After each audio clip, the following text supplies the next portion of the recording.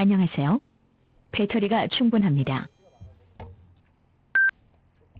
폰 연결. 일본에서 그대로 본따 온 것이 박정희입니다. 그래서 국민학교라고 그랬죠. 국민학교 했고 국민교육원장이라는 걸 만든 거예요. 국민을 만들어내기 위한 그렇습니다. 교육. 유럽의 소설도 보면은 이 나폴레옹이 러시아까지도 영향을 미쳐요. 러시아에서도 나폴레옹을 반가워하는 자들, 있죠, 당연히. 받아들이는 자들과 아니라고 말하는 자들의 대결이 있었는데 유럽 전역이 그랬다는 거 아니에요? 네. 그 가운데 그 문제를 해결하려고 국민국가라는 걸 창조해낸 거구나. 그렇죠. 나폴레옹을 보고 지식인들도 6대 4로 나눠요. 6은 해방군이라고 봐요.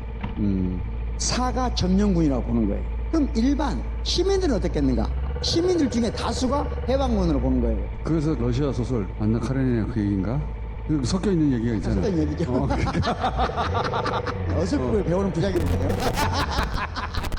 유럽 소설을 보면 여기저기 이런 소리 나오죠. 네. 민족 국가 의식이, 국민국가 의식이 없었을 당시 이야기입니다. 그래서 우리나라에서 국민교육원장이 만들어졌고 우리는 그걸 배웠죠.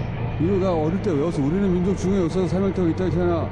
이게 잘못됐다라고 하는 선언을 백낙청 선생님을 중심으로 전국 대학에서 준비하고 있어요. 그게 1979년입니다.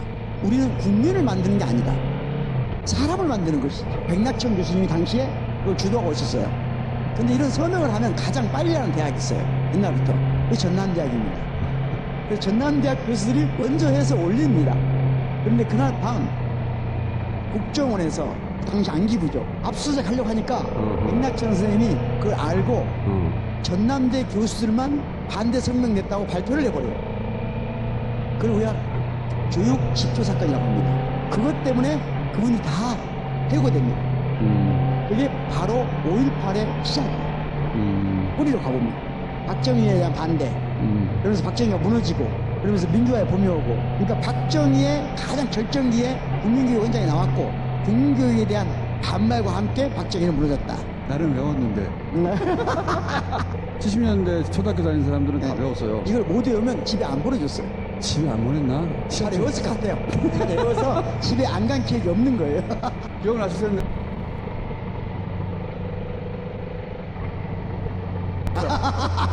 학교에서 다 외우라고 그랬어. 그렇죠. 우리는 민족 중흥의 역사적 사명을 띠고 이 땅에 태어났다. 그러니까. 네. 조국의 빛나는 참 어두운 시절이죠. 네, 어두운 시절이에요. 민족 중흥의 역사적 사명을 띠고 태어났다는 거잖아. 네. 국민학교 때까지는 이거를 100% 받아들였어요. 어리니까. 근데 내가 중학교 2학년 때가 처음으로 무슨 생각을 했냐면, 아니 내가 왜 민족의 중흥을 위해서 내가 아니 실제로 어준 씨가 태어난 해에 이게 만들어지거든요. 본인도 태어나는 해잖아. 어준 씨가 태어난 걸 보고 박정희 대통령께서 그래? 너는 국민교육원장을 배워라. 그러니까 내가 중학교 한 2학년 때쯤 되니까 나는 그냥 태어난 거 아닌가? 나는 그냥 태어났는데 왜 내가 민족 중흥 역사적 사명을 띠고 태어났다고 나한테 막 강요하는 거지? 그렇지. 나는 국기에 대한 맹세에 대한 반발은 굉장히 강했어요. 나는 자랑스러운 태극기 앞에 그것도 외우겠지. 그렇죠. 조국과 민족을 위하여 몸과 마음을 바쳐 충성을 다하겠을 굳게 다짐합니다. 그러니까 죽으란 얘기잖아. 어릴 때부터 이게 싫은 거예요. 이 말이 사실은 놀랍게 충청도의 어떤 주사급 공무원이 임의로 만들었던 거예요. 아 그래? 이게 싫으니까 궁금해서 연구도 했죠. 그래서 교수가 되자마자 내가 첫 번째 공론장에 글을 쓴 것이 있어요. 도덕교과에서 첫 장부터 바꾸자. 내가 마음은 바칠 수 있겠다. 근데 나 몸은 못 바치겠다. 아니 옛날 이런 것도 다 죽으란 얘기야. 나는 몸은 못 바치고 마음은 바칠게. 이런 식으로 비판하는 글을 썼어요. 그게 큰 화두가 돼서 나중에 김대중 대통령이 돼서 이거 바꿨죠. 이거 요즘 사람들 존재했는지도 몰라요. 없앴는데 내가 흑흑한 전공을 이룬 사람이다. 네. 이제 국민 의식이 되려면 공통의 감각적 또는 문화적 경험이 있어야 되고, 그렇지. 또는 공통의 정보가 있어야 되는 거예요. 공통의 기억이 있어야 되지. 네. 그런데 공통의 감각적 문화적 경험이 거의 시대의 격차가 너무 커지면서 사라져버리고 있어. 한 세대는 일정하게 공유했는데 이제 그게 사라져버렸어. 그건 진짜 절감해요. 예전에는 초대형 히트를 치는 드라마가 있으면 그거 보느라고 사람들이 다 집에 들어갔다. 이런 식의 묘사가 있었고 실제 그랬거든요. 그렇죠. 공통의 기억이라는 게 있었거든요. 그렇죠. 이제는 그런 게 없어요. 그것의 마지막이 뭐였냐? 매거시 미디어 또는 공영 방송이나 이런 것들이었어요. 그렇죠. 여기서 최소한 공통의 정보를 갖게 된 거예요. 이 드라마를 안 보면 다음날 학교 가서 이야기를 같이 나눌 수가 없어요. 이런 시대가 오랫동안 있었겠다. 이제 우리가 어떤 시대에 이르렀냐? 어떤 공동의 정보도 제공해주는 미디어가 사라졌다. 그런 건 없다. MBC나 KBS를 모두가 같이 보고 내일 아침에 그 이야기를 하는 사람은 없어졌어. 요새 드라마도 1, 2%밖에 안 나온다잖아요. 1, 2% 가지고는 공통의 기억이라고 할 수가 없지. 사라졌어. 그렇죠. 우리나라에게 공통의 감각적 문화적 경험으로서 마지막은 2002년 월드컵이었다. 공동의 경험과 정보를 가지고 있는 국민은 사라졌다. 우리는 불가피하게 서로 다른 정보, 서로 다른 해석, 서로 다른 감각을 가지고 대한민국을 만들어가야 된다. 그때 마지막 남아있는 게 뭐냐? 헌법을 매긴. 노래도 끝났어요. 노래도 세대별 차이가 있어서 공개 안 됩니다, 지금. 일부러 내가 찾아보거든요. 일부러. 일부러 최근에 유행하는 아이돌도 쭉 훑어보거든요. 네. 일단 따라 부를 수가 없어요. 따라 부를 수가 없다 보니까 귀에는 잘 꽂힌다. 하지만 찾아 듣지를 않게 돼요. 그래서 그나마 헌법을 매개로 공동의 삶을 구성하고 조율하기 위해서 필요한 최소한의 공유 기반 어디서 살 수 있는가 하나는 대중매체라고 생각합니다. 지난번은 캐대언 같은 영화 그나마 그리고 대중음악 여전히 가능성이 있다. 그런데 그보다 훨씬 중요한 건 교육이라는 거예요. 교육만이 유일하게 그러네. 공동의 기반을 제공할 수 있는 대한민국에 남아있는 유일한 제도라고 생각합니다. 그러네. 여기까지 생각이 미친 사람이 별로 없어요. 사람들이 다 거쳐가야 되는 절차는 그거밖에 없네. 그렇죠. 이재명 정부가 내세우는 게 국민주의인 나라 함께 행복한 대한민국이에요. 그럼 이거 교육 버전을 바꾸면 누가 주인이야? 학교의 주인은 누구고 교육은 누구를 행복하게 해주는가? 제가 이재명 정부의 다른 모든 것은 명비천가를 수도 없이 해왔는데 우리 상황이 있다 했잖아요. 교육. 왜? 머리가 너무 좋은 사람은 교육을 이게 무슨 일을 해야 되는지 잘 모르는 경향이 있다. 이재명 대통령이 본인이 머리가 되기 때문에 남들의 고충을 이해 못할 수 있다고 계속 교육이 무엇을 해야 되는지에서 그걸 모르시다고 계속 얘기하셨는데. 내가 이렇게 했는데 국민이 주인인 나라 함께 행복한 대한민국 했어요. 그러면 교육부나 국가교육위원회는 그것에 맞는 교육 정책을 세워야 되잖아요. 이거는 교육에 대해서 잘 모르는 것 같다. 그래서 누가 주인인 학교가 돼야 되냐 이게. 학생이 주인이어야 됩니까? 학부모가 주인이어야 됩니까? 교사가 주인이어야 됩니까? 지역 시민들이 주인이어야 됩니까? 그런 질문을 해본 적이 없지. 이 대통령을 탓하려고 하는 게 아니라 우리 모두가 지금 국민이 사라진 나라에서 제대로 된 나라를 만들려면 이 부분에 대한 고민이 필요하다. 어디가 주인이 교육이 돼야 되는 좀 깊은 대화가 필요하기 때문에 여기서 그런 화두를 던지는 거야. 그렇죠. 이제 화두. 앞으로 화두만 던져잉. 하다만 하니까 네. 오늘은 자 가장 큰 문제가 뭐냐?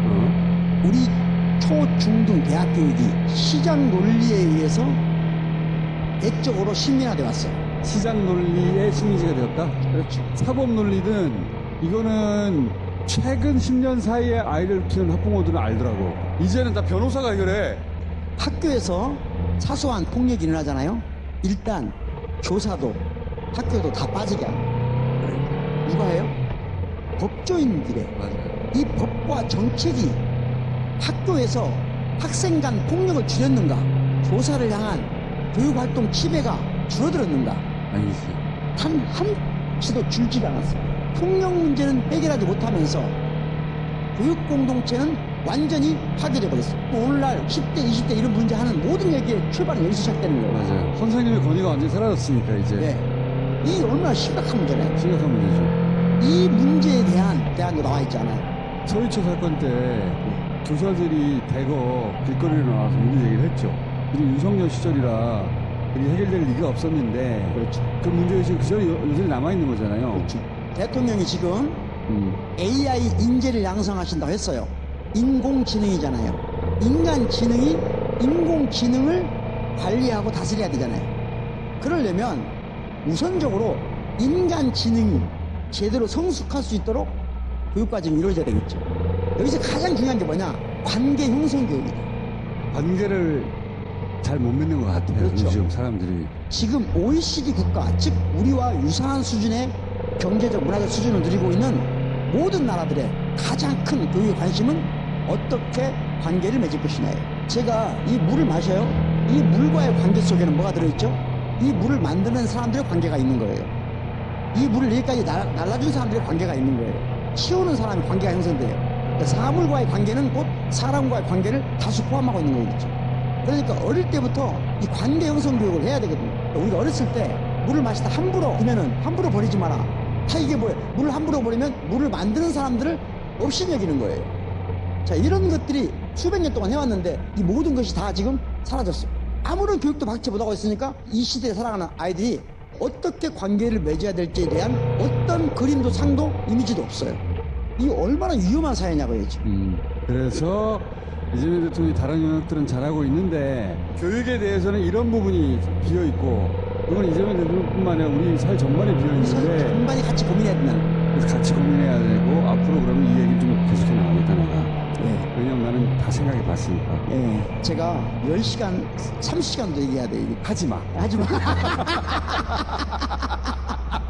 오늘 문제 제기를 시작해가지고 그럼 앞으로 우리가 다뤄보기로 해요. 마지막으로 한 가지만 물어볼게요. 지금 서울대 10개 만들기가 이재명 정부의 가장 히트 교육 정책이에요. 서울대 학생은 내가 서울대 학생이 되는 순간 1년에 국가로부터 6천만 원의 혜택을 받습니다.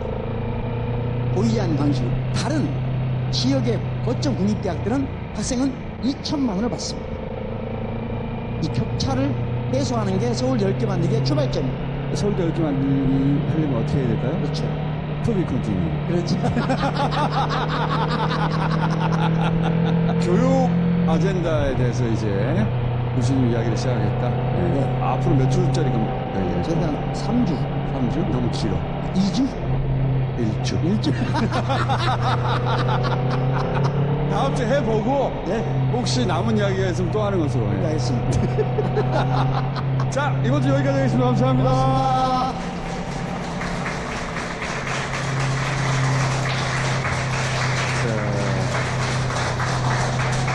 제가 깨달은 건데 한 줄로 하면 이재명은 외교 천재다.